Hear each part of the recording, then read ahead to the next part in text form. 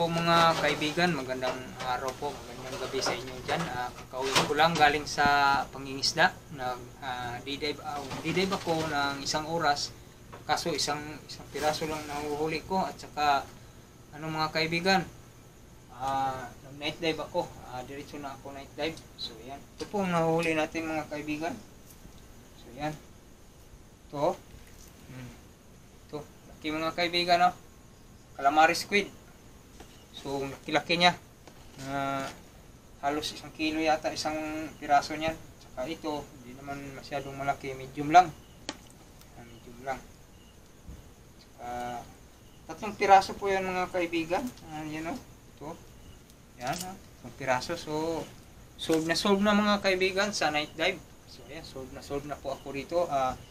Na ibibinta po ito ng nasa mga 400 pesos per kilo. So ito, 1 kilo mahigit ito eh. So yan. Mga kaibigan, ito, mga rabbit fish. Yan, ibubukod ko mga kaibigan ang rabbit fish. Yung mga isda na may bibinta sa yan. So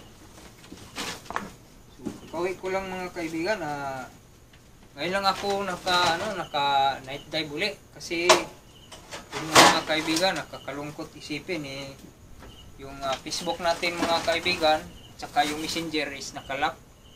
At yun ang nakakalungkot mga kaibigan dahil hindi ko ma-access yung mga na gustong bumibili ng spear gun na ginagawa ko at saka yung trigger mechanism.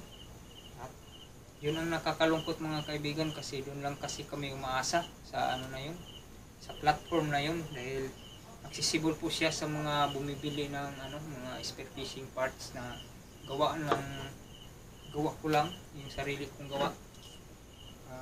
Kakalungkot mga kaibigan eh, yun lang ang inaasahan namin pang upa dito sa bahay, sa pambili ng pagkain ng araw-araw at sa pag-aaral ng aking mga anak. So yun mga kaibigan na timing talaga na nalock yung ko kahapon, yung Facebook ko. So hindi ko ma-open kahit anong gawin ko mga kaibigan, kahit nagsisend pa ako ng valid video ay pa rin, ayaw pa rin niya mga kaibigan. Nakalock yun mga kaibigan kasi parang meron yatang gustong nag-hack ng account na yun, yung Dindo Ilim na account mga kaibigan. So yan. Kaya ngayon nakabalik ako ng dive kasi yun, di ko nga makontak yung mga bumibili, nag-order sa akin ng spear gun at saka trigger mechanism. So kung meron kayong alam mga kaibigan,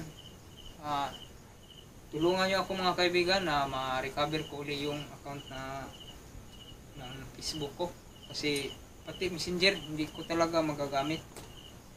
Hindi ako makakapag-send sa kanila ng message. Yun mga kaibigan. So ito pong huli natin mga kaibigan. Dami mga kaibigan. So ito mga kaibigan, parang kubya yata ito mga kaibigan. Yan kubya. Ito yata yung tinatawag nila na kubya. So hindi masyadong malaki. So medyo marami-rami naman ang nahuli natin mga kaibigan. Tama lang ito sa pero hindi pa rin ito sasapat sa pangangailangan namin mga kaibigan sa ngayon. So, salamat pa rin sa Diyos. So kapag alam nyo mga kaibigan paano buksan uli yung yung Facebook ko kasi hindi ko talaga mabubuksan mga kaibigan.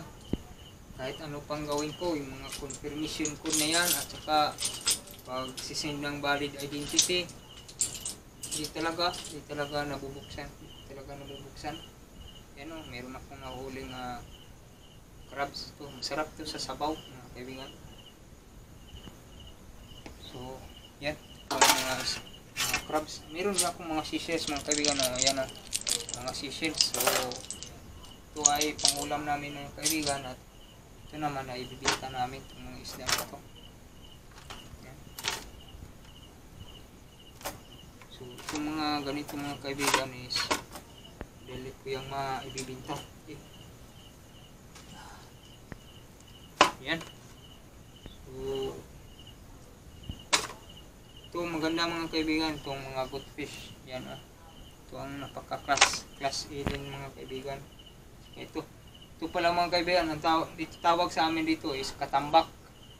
So sa ibang sa ibang lugar, ang tawag pala nito sa isdang ito is kanuping. Doon ko na lalaman doon sa mga papanood ko dito sa YouTube channel na mga anglers is kanuping ang tawag nila. Sa amin katambak. So yan ito is masarap ito mga kaibigan. Ito ay kasama sa mga class A. So yan. Ito yung nahuhuli ko mga kaibigan sa sa D-dive. Isang piraso lang kasi malabo na ang dagat nang sumisid ako is nasa mga 5 o'clock na Yan. So dito akong bawing-bawi mga kaibigan sa ito. So mga kaibigan natutuwa ako dahil marami akong huli ngayon. Pero talagang kinakalungkot ko talaga yung nalalak yung Facebook ko. So hindi ko naman monetize na yun mga kaibigan. May laman na yun mga kaibigan na nasa mga $40 mahigit sa ads on reels. Yun, hindi naman ako naghahabol doon mga kaibigan. Nahabol ko lang yung mga customer ko. Bibili ko doon kasi kami umaasa mga kaibigan. So yun. Ito. Ganda mga kaibigan Ito talagang masarap. Ito talaga ang masarap. Yan. Calamaris squid. Masarap po ito mga kaibigan. So yan po ang video for today at salamat sa inyong lahat sa patuloy na panonood sa aking mga video. So wala muna akong underwater video ngayon mga kaibigan dahil inuuna ko talaga yung yung makakahuli ako ng isda kasi minsan pag nagdadala ako ng underwater cam kaunti lang ang huli ko kasi natatakasan ako sa mga isda dahil kukunan muna ng video bago papanain. So natatakasan ako dahil sa sululubin ipapakita ko sa inyo pagsikapan ko na makagawa ako ng sit up para sa aking underwater camera na nabili. Murahin lang itong mga kaibigan, Gcam 200. So salamat sa inyong patuloy na panonood at sana may maipapakita pa akong video sa inyo sa next upload. Bye bye. Thank you for watching.